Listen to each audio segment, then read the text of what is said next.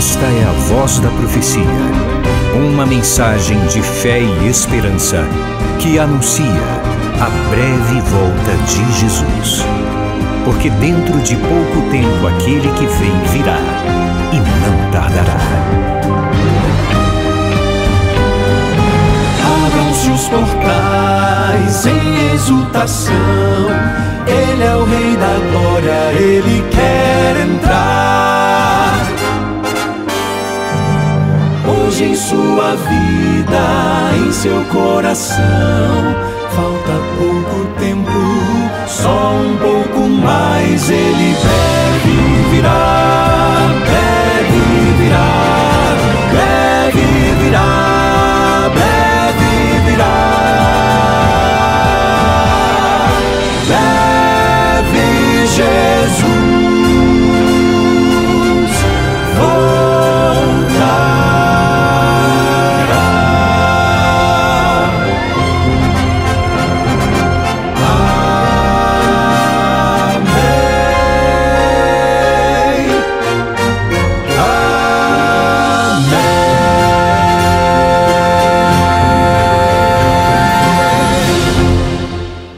A minha Bíblia já está aberta no Evangelho de João, capítulo 11, onde temos o relato da ressurreição de Lázaro. Um milagre maravilhoso efetuado pelo Senhor Jesus Cristo pouco antes de ser crucificado, pouco antes de dar a sua vida em nosso lugar. É interessante, quando a gente começa a ler o capítulo 11, é dito que Lázaro, ele adoeceu e ele era amigo de Jesus, vivia numa cidadezinha próxima a Jerusalém chamada Betânia. Ele tinha duas irmãs chamadas Maria e Marta, todos amigos de Jesus, e quando Lázaro adoeceu, as irmãs mandaram dizer a Jesus que Lázaro estava enfermo e elas ficaram na expectativa de que Jesus viria logo para ajudá-lo, para curá-lo. Mas, quando a notícia chegou a Cristo, está escrito que ele ainda se demorou 2 dias no lugar onde estava. E depois ele disse aos seus discípulos, agora a partir do verso 7, João capítulo 11, vou ler os versos 7 a 16. Depois disse aos seus discípulos, vamos outra vez para a Judéia. Os discípulos disseram, mestre, ainda há pouco os judeus queriam apedrejá-lo, e o Senhor quer voltar para lá? Jesus respondeu, não é verdade que o dia tem 12 horas? Se alguém andar de dia não tropeça, porque vê a luz deste mundo, mas se andar de noite tropeça, porque nele não há luz. Tendo dito isto, acrescentou, nosso amigo Lázaro adormeceu, mas eu vou para despertá-lo. Então os discípulos disseram, Senhor, se dorme, estará salvo. Jesus falava da morte de Lázaro, mas eles pensavam que tivesse falado do repouso do sono.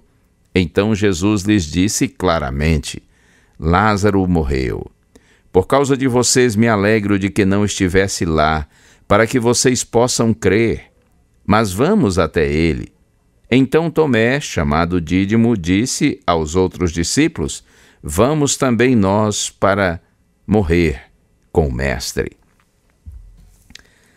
Observe que Jesus, ao demorar alguns dias, 2 dias, quando recebe a notícia, finalmente ele diz aos seus discípulos, vamos para a Judéia. Os discípulos dizem, Senhor, mas há pouco os judeus queriam lhe apedrejar lá na Judéia, na região de Jerusalém, lá onde ficava Betânia. Parecia imprudente voltar à Judéia, mas Jesus deixa claro que o seu tempo ainda não havia acabado, que ele estava sob os cuidados do Pai. E então Jesus acrescenta, nosso amigo Lázaro adormeceu, mas eu vou despertá-lo. E os discípulos pensam que Jesus fala apenas a respeito do sono de Lázaro, que Lázaro estivesse dormindo, e eles dizem assim, Senhor, se dorme estará salvo, ou seja, vai se recuperar. Então Jesus diz claramente, Lázaro morreu.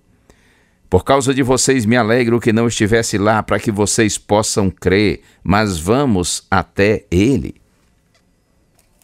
Jesus diz claramente, Lázaro morreu. A morte é algo desagradável, triste e que assusta. Nós naturalmente e normalmente queremos e gostamos de viver, mesmo com lutas. No livro de Eclesiastes, capítulo 3, verso 11, Salomão diz que Deus pôs a eternidade no coração do homem. Nós sabemos o que é viver, mas quanto à morte, há muitos questionamentos. Quando virá? Vai doer? Como será? O que vem depois? Como é estar morto? Vou deixar pessoas que amo e precisam de mim? Algumas dessas perguntas, a palavra de Deus nos responde.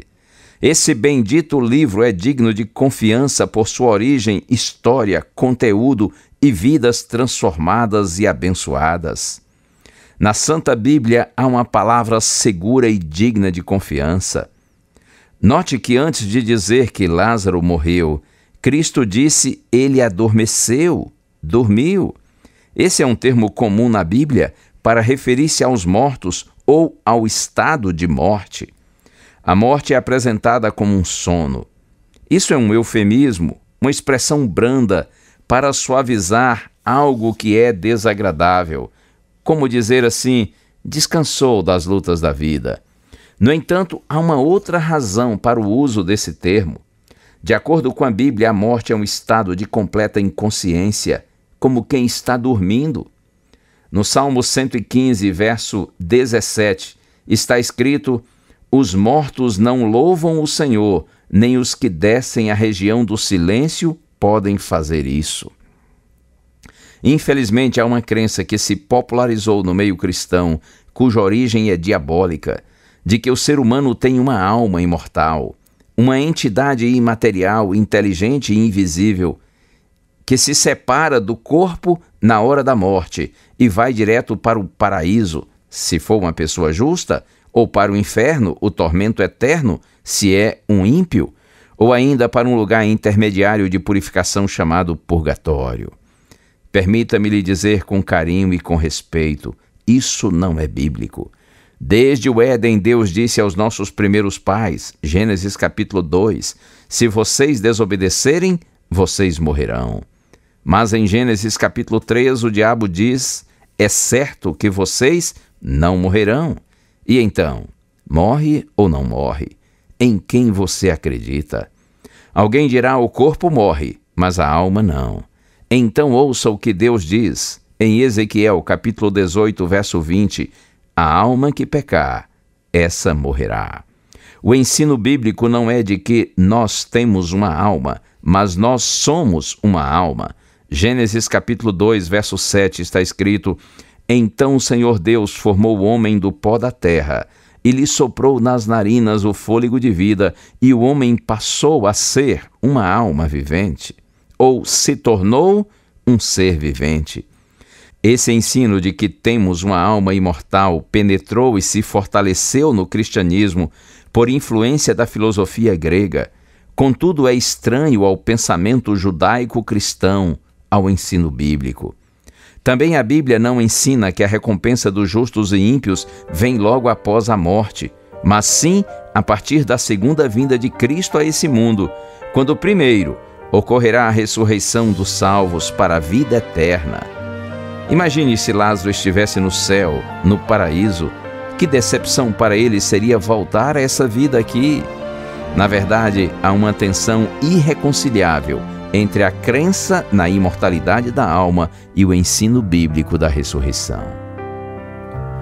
Quando o sol se põe calado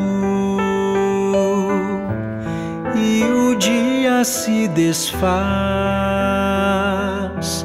posso então sentir a brisa e o frio que a noite traz. No silêncio escuro, medo do que eu não consigo enxergar, dos perigos que me cercam e me assustam sem parar. Mas eu não temerei a noite, nem a mais profunda escuridão,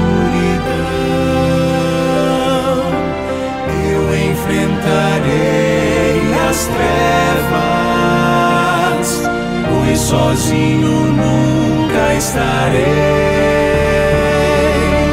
O meu Deus me guarda na noite, Ele sabe onde eu devo andar. Não preciso ver o caminho, basta em sua mão segurar.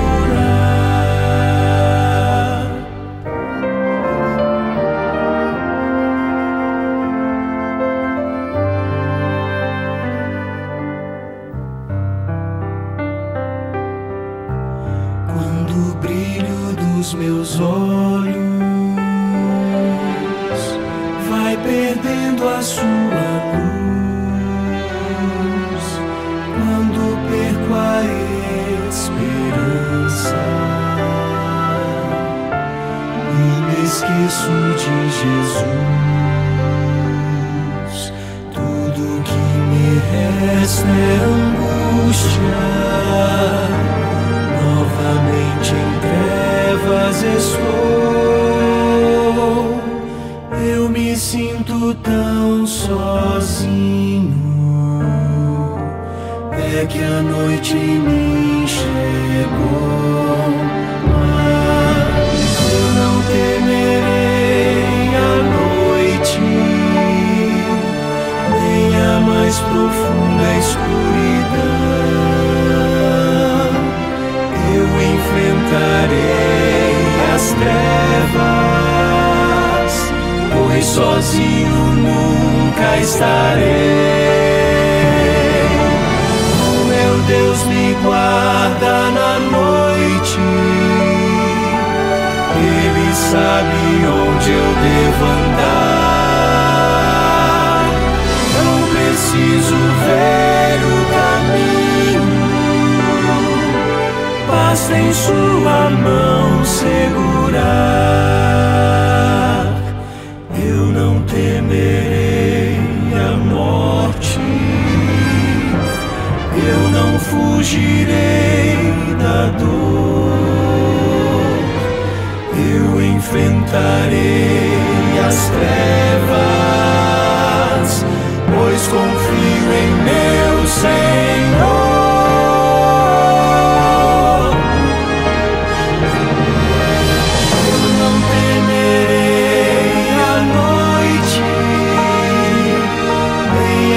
Profunda escuridão,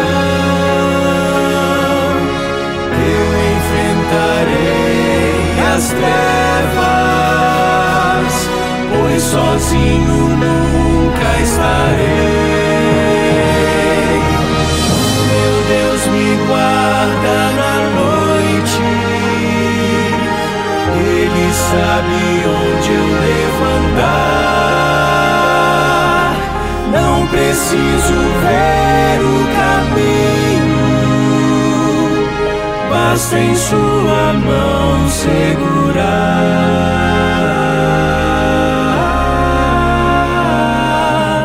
Basta em sua mão segurar.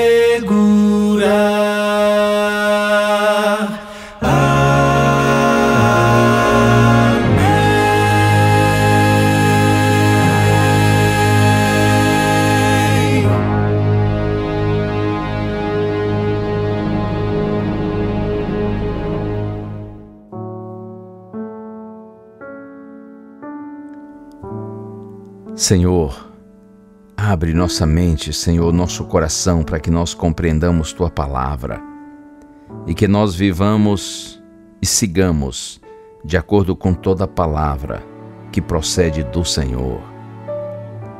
Tira de nós todas as ideias preconcebidas, Senhor. Tira de nós todo orgulho e toda vaidade e que nós possamos crer no assim diz o Senhor. Que nós entendamos o que Tua palavra diz sobre a morte e o estado do ser humano na morte, que nós compreendamos que ainda que a morte seja real e inevitável, tens para nós algo grandioso, espetacular, inimaginável, porque assim como a morte é certa, a ressurreição também o é para aqueles que confiam em Ti. Concede-nos, Pai, esta certeza e essa esperança. Em nome de Jesus. Amém.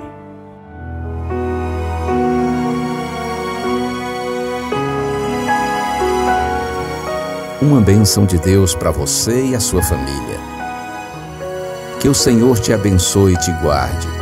O Senhor faça resplandecer o seu rosto sobre ti e tenha misericórdia de ti. Que o Senhor sobre ti levante o seu rosto e te dê a paz. A Voz da Profecia é um programa da Igreja Adventista do Sétimo Dia.